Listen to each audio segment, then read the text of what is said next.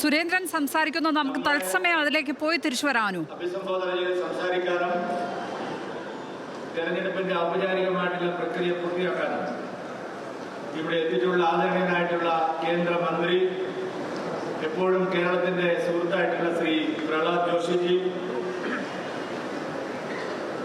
ഭാരതീയ ജനതാ പാർട്ടിയുടെ പുതിയ സംസ്ഥാന അധ്യക്ഷനായി ഐകകണ്ഠേന തെരഞ്ഞെടുക്കപ്പെട്ടിട്ടുള്ള നമ്മുടെ എല്ലാവരുടെയും പ്രിയങ്കരനായ ശ്രീ രാജീവ് ചന്ദ്രശേഖർജി അവർ, ശ്രീ പ്രകാശ് ജാവ്ദേക്കർജി, ശ്രീമതി അപരാജിത സാരംഗിജി, കേന്ദ്രമന്ത്രിമാരായിട്ടുള്ള ശ്രീ സുരേഷ് ഗോപി, ശ്രീ ജോർജ് കുര്യൻ, ഏറ്റവും തലമുതിർന്ന നേതാവ്, പാർട്ടിയുടെ ആദ്യത്തെ സംസ്ഥാന അധ്യക്ഷൻ രാജഗോപാൽജി അടക്കം ഈ വേദിയിലും സദസ്സിലുമുള്ള എല്ലാ മുതിർന്ന നേതാക്കൾക്കും, പാർട്ടിയുടെ സംസ്ഥാന കൗൺസിൽ അംഗങ്ങൾക്കും, എല്ലാ ജില്ലകളിൽ നിന്നുമായി ഇവിടെ എത്തിയിട്ടുള്ള മുതിർന്ന എല്ലാ പാർട്ടി ഭാരവാഹികൾക്കും, ഈ സമ്മേളനം വീക്ഷിക്കുന്ന മറ്റ് സഹപ്രവർത്തകർക്കും, ഈ സമ്മേളനം ജനങ്ങളിലെത്തിക്കാൻ ഇവിടെ എത്തിയിട്ടുള്ള മാധ്യമപ്രവർത്തകർക്കും എല്ലാവർക്കും എൻ്റെ വിനീതമായ നമസ്കാരം. ഇന്നത്തെ ദിവസം ശ്രീ രാജീവ് ചന്ദ്രശേഖർജിയുടെ വാക്കുകൾ കേൾക്കാനാണ് നമ്മളെല്ലാവരും കാത്തിരിക്കുന്നത്. അതിനു മുമ്പ് പ്രഹ്ലാദ് ജോഷി രാഷ്ട്രീയ വിഷയങ്ങൾ ഇവിടെ സംസാരിക്കും. അതുകൊണ്ട് സ്ഥാനമൊഴിയുന്ന അധ്യക്ഷൻ എന്നുള്ള നിലയിൽ അധികം സമയം ശ്രീ രാജീവ് ചന്ദ്രശേഖർജിയുടെ വാക്കുകൾ കേൾക്കാനാണ് നമ്മളെല്ലാവരും കാത്തിരിക്കുന്നത്. അതിനു മുമ്പ് പ്രഹ്ലാദ് ജോഷി രാഷ്ട്രീയ വിഷയങ്ങൾ ഇവിടെ സംസാരിക്കും. അതുകൊണ്ട് സ്ഥാനമൊഴിയുന്ന അധ്യക്ഷൻ എന്നുള്ള നിലയിൽ അധികം സമയം പ്രസംഗിക്കാൻ ഞാൻ ഈ അവസരം ഉപയോഗിക്കുന്നില്ല. കഴിഞ്ഞ 5 വർഷം ഭാരതീയ ജനതാ പാർട്ടിയുടെ സംസ്ഥാന പ്രസിഡന്റായി നിങ്ങളുടെ എല്ലാവരുടെയും അനുഗ്രഹാശിസ്സുകളോടെ, നിങ്ങളുടെ എല്ലാവരുടെയും പിന്തുണയോടുകൂടി കഴിഞ്ഞ 5 വർഷം പ്രവർത്തിക്കാനുള്ള അവസരം എനിക്ക് ലഭിച്ചു.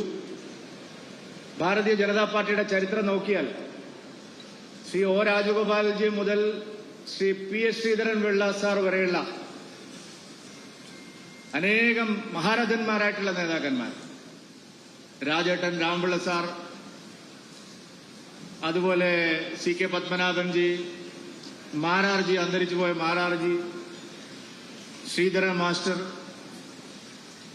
കൃഷ്ണദാസ് ജി, മുരളിയേട്ടൻ, അതുപോലെ ശ്രീധരൻ പിള്ള സാർ, അങ്ങനെ വിവിധ മേഖലകളിൽ കഴിവ് തെളിയിച്ചിട്ടുള്ള പ്രഗത്ഭരായിട്ടുള്ള ആൾക്കാരുടെ കൂട്ടത്തിലാണ് കഴിഞ്ഞ 5 വർഷത്തിന് മുമ്പ് ഒരു സാധാരണക്കാരനായിട്ടുള്ള ഒരു പാർട്ടി പ്രവർത്തകന് ഇങ്ങനെയുള്ള ഒരു അവസരം പാർട്ടിയുടെ കേന്ദ്ര നേതൃത്വവും സംസ്ഥാനത്തെ നേതൃത്വവും എനിക്ക് നൽകിയത്. കഴിഞ്ഞ 5 വർഷം ലഭിച്ച ആ ഒരു അവസരത്തിന് BJPയിൽ മാത്രമാണ് ഏതൊരു സാധാരണ പ്രവർത്തകനും അതിന്റെ ഏത് പദവികളിലും എത്തിച്ചേരാൻ കഴിയുന്ന ഒരേ ഒരു political party Bharatiya Janata party മാത്രമാണ് ഇന്ത്യയിൽ. അതുകൊണ്ട് ആ ആനുകൂല്യമാണ് കഴിഞ്ഞ 5 വർഷം മുമ്പ് എനിക്ക് ലഭിച്ചത്. ശ്രീ നരേന്ദ്രമോദിജിയുടെ നേതൃത്വത്തിൽ രാജ്യമാസകലം ഭാരതീയ ജനതാ പാർട്ടി ഐതിഹാസികമായ മുന്നേറ്റം നടത്തിക്കൊണ്ടിരുന്ന ഒരു കാലയളവിൽ കേരളത്തിൽ നമ്മുടെ സംഘടനാ പ്രവർത്തനം, ജനപിന്തുണ അത് വർദ്ധിപ്പിക്കാൻ ആവശ്യമായിട്ടുള്ള നിരന്തരമായ പരിശ്രമം 1980 മുതൽ അതിനു മുമ്പ് ജനസംഘ കാലത്തും നമ്മുടെ പൂർവ്വസൂരികളെല്ലാം നിരന്തരമായ കഠിനാധ്വാനവും പരിശ്രമവും നടത്തിയാണ് നാം ഇന്ന് ഈ നിലയിൽ എത്തിച്ചേർന്നിരിക്കുന്നത്.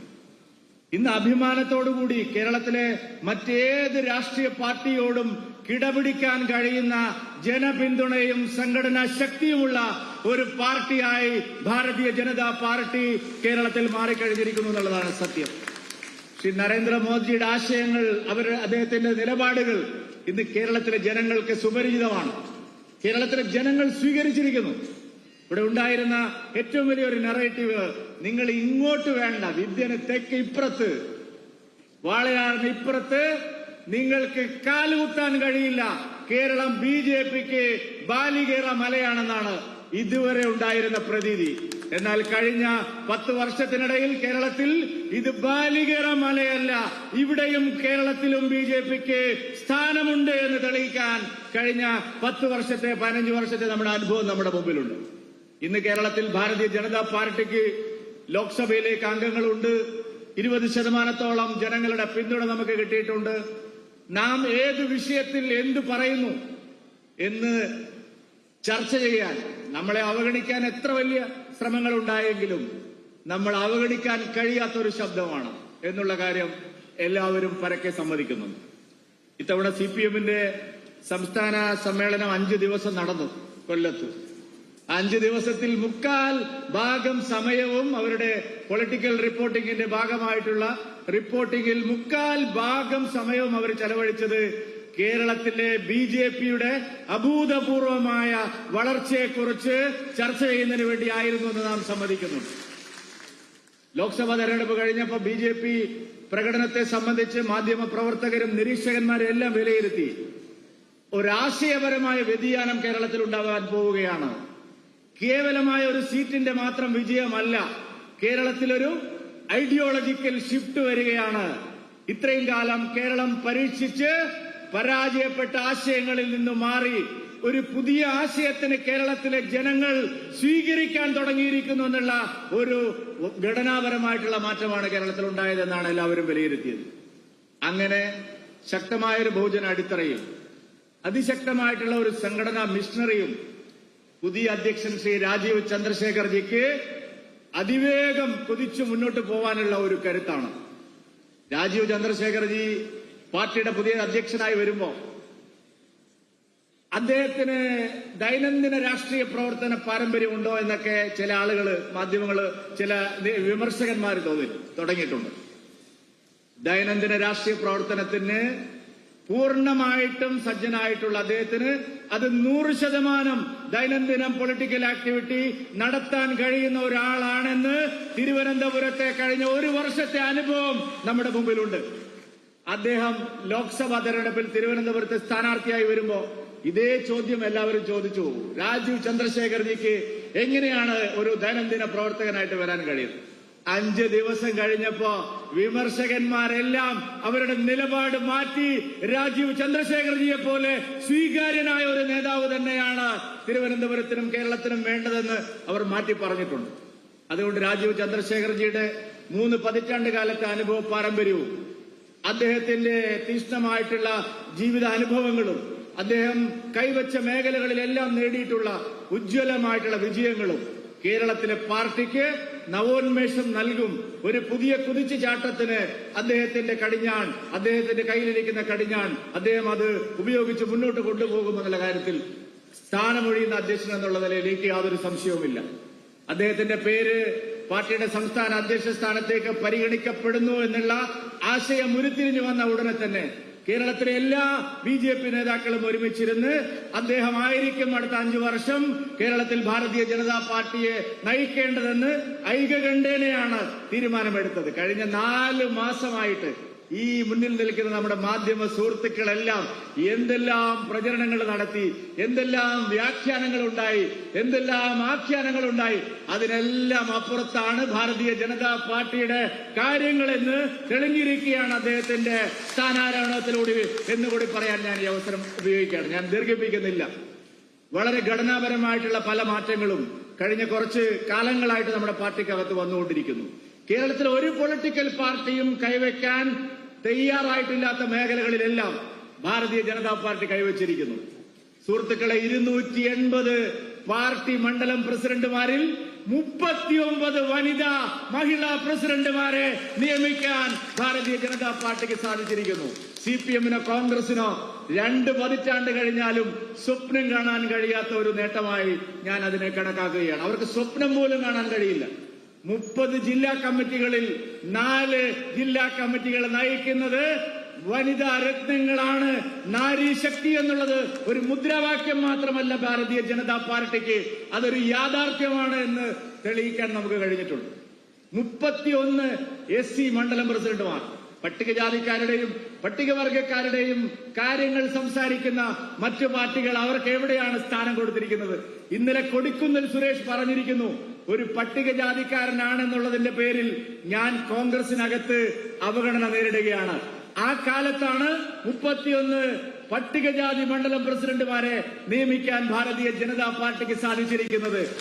8 പട്ടികവർഗ മണ്ഡലം പ്രസിഡന്റുമാരെ, ST മണ്ഡലം പ്രസിഡന്റുമാരെ കേരളത്തിൽ ഭാരതീയ ജനതാ പാർട്ടിക്ക് ഈ സംഘടനാ തെരഞ്ഞെടുപ്പിൽ സാധിച്ചിട്ടുണ്ട്. ഭാരതീയ ജനതാ പാർട്ടി ഹിന്ദുക്കളുടെ മാത്രം പാർട്ടിയാണ് എന്നുള്ള ഒരു ആക്ഷേപം എപ്പോഴും നമുക്കെതിരെ ഉയരുന്നതാണ്. അല്ല, ഇത് എല്ലാവരുടെയും പാർട്ടിയാണ്. കേരളത്തിൽ ആരൊക്കെ ജീവിക്കുന്നുണ്ടോ അവരുടെ എല്ലാവരുടെയും പാർട്ടിയാണ് ഭാരതീയ ജനതാ പാർട്ടി എന്ന് നമുക്ക് നമ്മുടെ അനുഭവത്തിലൂടെ തെളിയിക്കാൻ കഴിഞ്ഞിട്ടുണ്ട്. ഇത്തവണ 30 ജില്ലാ പ്രസിഡന്റുമാരിൽ 3 ജില്ലാ പ്രസിഡന്റുമാർ ക്രൈസ്തവ സമുദായത്തിൽ നിന്നുള്ളവരാണ് എന്ന അഭിമാനത്തോടെ പറയാൻ എനിക്ക് സാധിക്കും. ഏതെങ്കിലും 3 ജില്ലാ കമ്മിറ്റികളല്ല. ഇതാ ഇവിടെ ഇരിക്കുന്നുണ്ടല്ലോ സുരേഷ് ഗോപിജി, നമ്മുടെ കേന്ദ്രമന്ത്രി. അദ്ദേഹം തിരുവനന്തപുരത്ത് ജയിച്ച ലീഡ് ചെയ്ത 6 മണ്ഡലങ്ങളിൽ 4 മണ്ഡലങ്ങളും ഉള്ള ജില്ലാ കമ്മിറ്റിയാണ് ഞങ്ങൾ ക്രൈസ്തവ സമുദായ തൃശൂർ ആ 4 അസംബ്ലി മണ്ഡലങ്ങൾ ഉൾപ്പെടുന്ന ജില്ലാ കമ്മിറ്റിയാണ് ഒരു ക്രൈസ്തവ നേതാവിനെ നയിക്കാനായിട്ട് ഭാരതീയ ജനതാ പാർട്ടി തീരുമാനിച്ചിരിക്കുന്നതെന്നുള്ള കാര്യം പറയാൻ ഞാൻ ആഗ്രഹിക്കുകയാണ്. അവിടെ മാത്രമല്ല, കോട്ടയത്ത് ഭാരതീയ ജനതാ പാർട്ടിക്ക് ഏറ്റവും സ്വാധീനമുള്ള സ്ഥലങ്ങളിൽ, ഇടുക്കി ജില്ലയിൽ BJPക്ക് ഏറ്റവും സ്വാധീനമുള്ള സ്ഥലങ്ങളിൽ 3 ക്രിസ്ത്യൻ ജില്ലാ പ്രസിഡന്റുമാരെ ഇത്തവണ നിയമിക്കാൻ സാധിച്ചിട്ടുണ്ട്. എല്ലാ വിഭാഗം ജനങ്ങളെയും, എല്ലാ ക്ലാസുകളിലുള്ള ജനങ്ങളെയും, എല്ലാ തരത്തിലുമുള്ള സാമൂഹ്യമായിട്ടുള്ള വിവേചനത്തിന് വിധേയമായിട്ടുള്ള ജനവിഭാഗങ്ങളെയും പാർശ്വവൽക്കരിക്കപ്പെട്ടവരെയും സംസ്ഥാനത്തും മണ്ഡലങ്ങളിലും ബൂത്തുകളിലും നേതൃനിരയിലേക്ക് ഉയർത്തിക്കൊണ്ടുവരാനുള്ള കഠിനമായിട്ടുള്ള പരിശ്രമം കഴിഞ്ഞ കുറച്ചു കാലമായിട്ട് BJP നടത്തിക്കൊണ്ടിരിക്കുകയാണ്. അതിന്റെ ഗുണം ഈ നാട്ടിലെ ജനങ്ങൾക്ക് ഭാരതീയ ജനതാ പാർട്ടിയിലുള്ള വിശ്വാസം വർദ്ധിക്കാൻ സഹായകമായിട്ടുണ്ട്. ഒരു കാര്യം മാത്രം പറഞ്ഞുകൊണ്ട് ഞാൻ അവസാനിപ്പിക്കാം. 3 മുന്നണികളുള്ള സംസ്ഥാനമാണ് കേരളം. മറ്റ് പല സംസ്ഥാനങ്ങളും 2 മുന്നണികളോ 2 പാർട്ടികളോ മത്സരിക്കുന്ന സ്ഥലമാണ്. 3 മുന്നണികൾ ഓടുമ്പോ 3ാം സ്ഥാനത്ത് നിൽക്കുന്ന ഒരു മുന്നണിയെ നയിക്കുക അല്ലെങ്കിൽ ഒരു പാർട്ടിയെ നയിക്കുക എന്നുള്ളത് കേരളത്തെ സംബന്ധിച്ച് അനുഭവത്തിന്റെ അടിസ്ഥാനത്തിലാണ് വളരെ ശ്രമകരമായിട്ടുള്ള ഒരു ജോലിയാണ്. കാരണം ഇവിടെ കൈ നനയാതെ മീൻ പിടിക്കണമെന്ന് ആഗ്രഹിക്കുന്ന പ്രതിപക്ഷമാണ് ഇരിക്കുന്നത്. ഏത് വിഷയത്തിലും സർക്കാരിനെതിരെ ശക്തമായിട്ടുള്ള സമരങ്ങളുമായി ജനകീയ വിഷയങ്ങൾ ഉയർത്തിപ്പിടിച്ച് മുന്നോട്ട് കൊണ്ടുപോകുമ്പോൾ അതിന്റെ സ്വാഭാവികമായിട്ടുള്ള പ്രയോജനം പ്രതിപക്ഷത്തിനാണ് പോകുന്നത്. നമ്മളെ സംബന്ധിച്ച് ഏറ്റവും ബുദ്ധിമുട്ടുള്ള ഒരു കാര്യമാണത്. നാം അധ്വാനിക്കുന്നതിന്റെ ഫലം കാലാകാലങ്ങളിൽ UDF കൊയ്തെടുക്കുകയാണ്. പക്ഷെ നാം കഴിഞ്ഞ കുറച്ച് കാലങ്ങളായിട്ട് നിശ്ചയിച്ചു, LDFനെ ആശയപരമായി നേരിടുമ്പോഴും സർക്കാരിനെ രാഷ്ട്രീയമായി നേരിടുമ്പോഴും അതിന്റെ ഒരു ആനുകൂല്യവും UDFന് ലഭിക്കാൻ പാടില്ല എന്നുള്ള വളരെ കൃത്യമായ ഒരു നിലപാട് സ്വീകരിച്ചുകൊണ്ടാണ് നാം കേരളത്തിൽ മുൻപോട്ട് പോയത്. അതാണ് ഭാരതീയ ജനതാ പാർട്ടിക്ക് അടിസ്ഥാനപരമായി വളരാനുള്ള വഴിയൊരുക്കിയത്. ദൗർഭാഗ്യകരമെന്ന് പറയട്ടെ, തദ്ദേശ സ്ഥാപനങ്ങളിൽ പലതരത്തിലും UDF BJP മെമ്പർമാരെ സ്വാധീനിക്കാനുള്ള ശ്രമങ്ങൾ നടത്തിയപ്പോഴെല്ലാം കണ്ണിലെണ്ണയൊഴിച്ച് കാത്തിരുന്ന് ഒരു പഞ്ചായത്തിൽ പോലും UDFുമായിട്ടോ LDFുമായിട്ടോ സഹകരിക്കാൻ പാടില്ല എന്നുള്ള കർശനമായ നിലപാട് പാർട്ടി എടുക്കുകയും 50-ൽ പരം മെമ്പർമാരെ ദുഃഖത്തോടു കൂടിയാണെങ്കിലും അവരെ പാർട്ടിയിൽ നിന്ന് സസ്പെൻഡ് ചെയ്യുകയും ഒരു തരത്തിലും UDFും LDFുമായിട്ട് നീക്കുപോക്കില്ലാതെ സ്വതന്ത്രമായ നിലപാട് സ്വീകരിച്ച് മുന്നോട്ട് പോകണം എന്ന് തീരുമാനിച്ചതിന്റെ അടിസ്ഥാനത്തിലാണ് ഈ മാറ്റങ്ങൾ ഉണ്ടായിരിക്കുന്നത്.